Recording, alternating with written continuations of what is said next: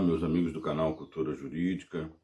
Nós estamos retornando aí com mais um tema. Agradeço a todos aqueles que se inscreveram no canal e que estão curtindo aí os vídeos que a gente tem trabalhado aqui, tem feito. Hoje o tema que eu quero tratar com vocês é um tema que não tem relação direta com o direito, mas tem uma relação com o direito por consequência. Hoje nós temos acompanhado aí, ao longo de algum tempo, um fenômeno no mundo que é a constituição de posições de extrema-direita e, portanto, o surgimento de polarização no mundo, pelo menos no mundo ocidental. E isso tem aqui na América deflagrado aí em movimentos de tomada e retirada de poder. E eu queria tentar aqui um pouco refletir sobre isso e sobre alguma hipótese, né, sobre a perspectiva acadêmica. Bom, primeiramente, quando a gente observa ao longo da história as mudanças de regime para regimes mais autoritários, menos democráticos, o que precedem esses fatos é a constituição de um momento de instabilidade, um momento em que há uma certa perda de autoridade ou de credibilidade de uma série de instituições. Quando a gente olha para esses fenômenos mundiais, nós temos que também buscar algum fenômeno mundial que possa explicar isso. É óbvio que essas tensões no plano internacional, que vão produzir aí movimentos de extrema-direita, alguns discursos aí contra o fascismo, esses movimentos eles têm uma característica global, né? São fenômenos em que um neoconservadorismo ele vem surgir aí como um discurso político forte em termos globais, mas é lógico que eles vão se atualizar em cada país a partir de suas matrizes culturais. Não podemos aí dizer que o que acontece na Inglaterra é o mesmo que acontece no Chile, que acontece no Brasil, que acontece, enfim, em diversos lugares do mundo. Bom, mas o que a gente pode tentar entender a partir daí? Como que isso se produziu? Bom, não há como desvencilhar essa hipótese que eu estou construindo aqui de um fenômeno que também se deu em escala mundial, que foi o avanço da tecnologia, que foi a constituição daquilo que alguns chamam de era da informação. O avanço da tecnologia produziu uma série de instrumentos, uma série de técnicas que vão constituir aí um campo que nós conhecemos como internet. A internet, a rede mundial de computadores, ela produziu uma comunicação e uma base de dados, uma base de informações e conhecimentos ao acesso de todos, ou seja, disponível para todos. Esse foi um fenômeno mundial. Nós, através aqui da internet da minha residência, eu posso acessar notícias do mundo inteiro, informações do mundo inteiro, posso me comunicar com pessoas que se localizem em qualquer lugar do mundo. E de lá obter informações locais, informações e conhecimento a respeito de diversos aspectos. Bom, esse foi um fenômeno também que se deu em escala global, em todo o Ocidente, né? Isso foi uma coisa massiva. Nós podemos ver hoje, por exemplo, as redes sociais, a dimensão que tem as redes sociais. Bom, Foucault na sua obra Verdade e as Formas Jurídicas, ele vai chamar a atenção para uma questão muito importante. Ele vai dizer que sujeitos de conhecimento, eles desenvolveram técnicas e instrumentos que foram constituindo um campo de poder sobre outros sujeitos. Então, a exemplo, né, o poder da medicina, o conhecimento de medicina, ele produziu uma série de poder sobre os corpos de outros sujeitos. O médico, com o poder do diagnóstico, ele tinha aí um controle sobre a vida e a morte, sobre a liberdade ou a prisão de determinado sujeito.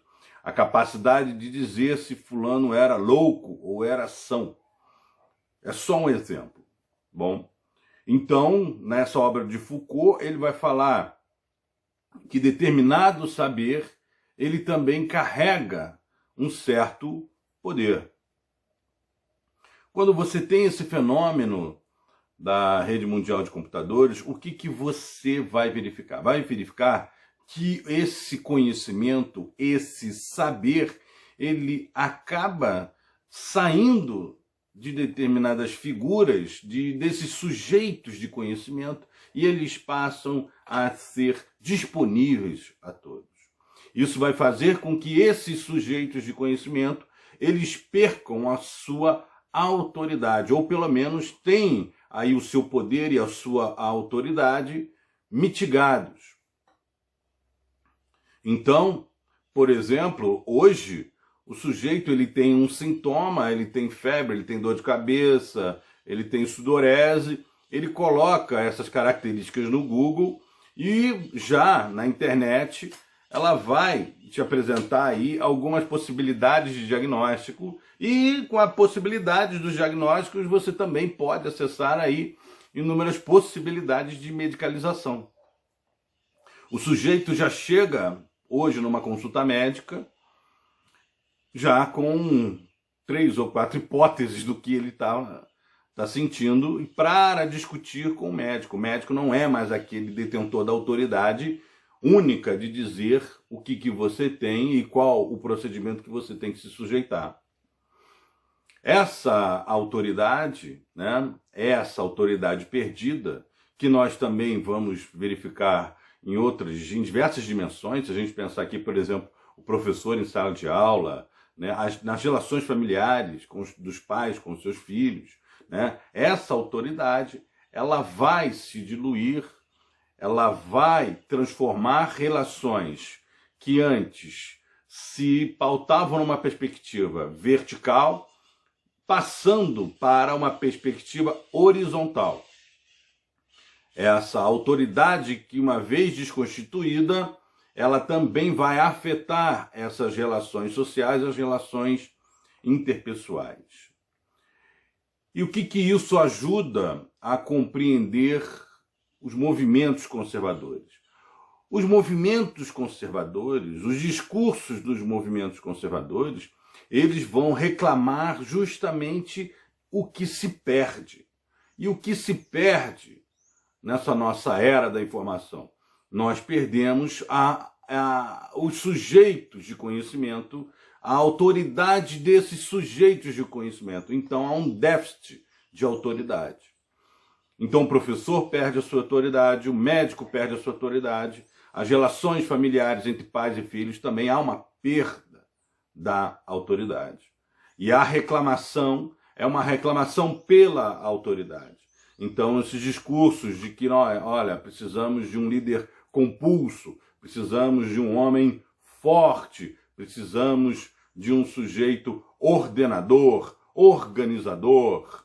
E isso vai se refletir também na ascensão de grupos religiosos, porque também vão reivindicar a autoridade divina. A autoridade divina também vai ser reclamada como um elemento político importante. Todos esses movimentos conservadores, eles querem conservar, eles querem reivindicar, eles querem retomar as relações verticais de autoridade. Essas relações que foram perdidas e que geraram uma certa insegurança, uma certa instabilidade nessas relações pessoais. E como você perde essa referência ao sujeito de conhecimento, a autoridade desse sujeito de conhecimento, então quem é que passa a ser o ator de conhecimento? O próprio indivíduo.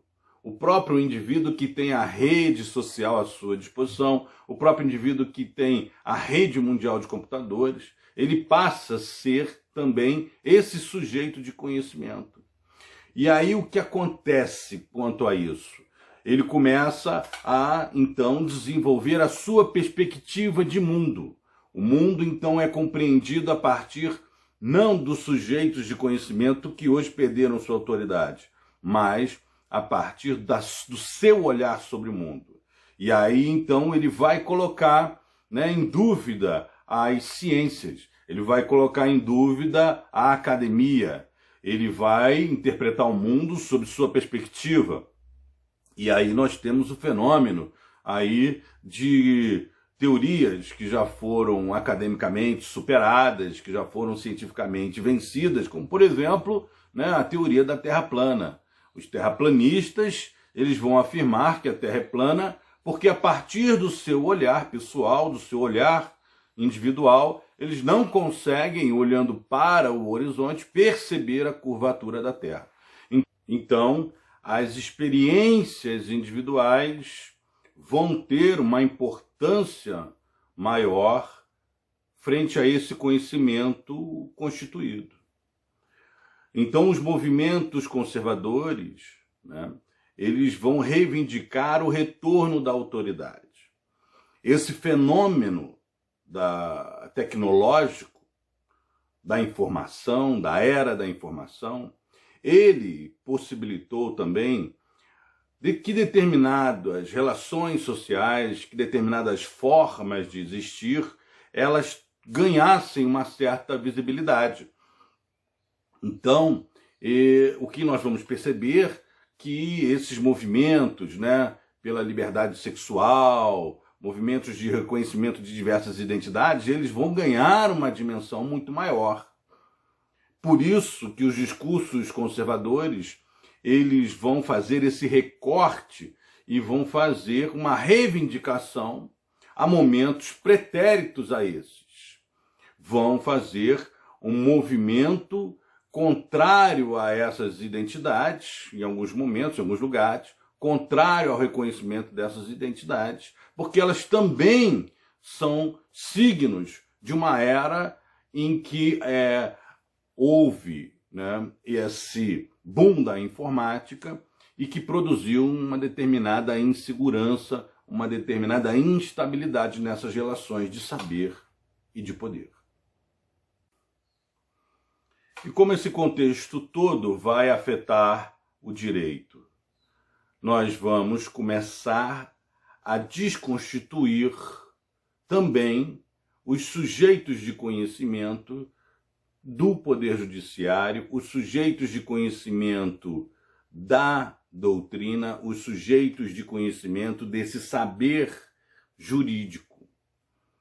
Então, as decisões dos tribunais superiores vão ser colocadas em xeque. A autoridade da Constituição, ela vai ser colocada em xeque. As instituições passam a perder a sua autoridade, o seu reconhecimento enquanto autoridade e a sua credibilidade. Então, há um movimento também que vai fazer com que as instituições sejam também atingidas por essa instabilidade, por essa falta de credibilidade e a sua autoridade então questionada. Por isso, vão aparecer discursos, né, que proclamam o fim dessas instituições com substituição a um poder autoritário.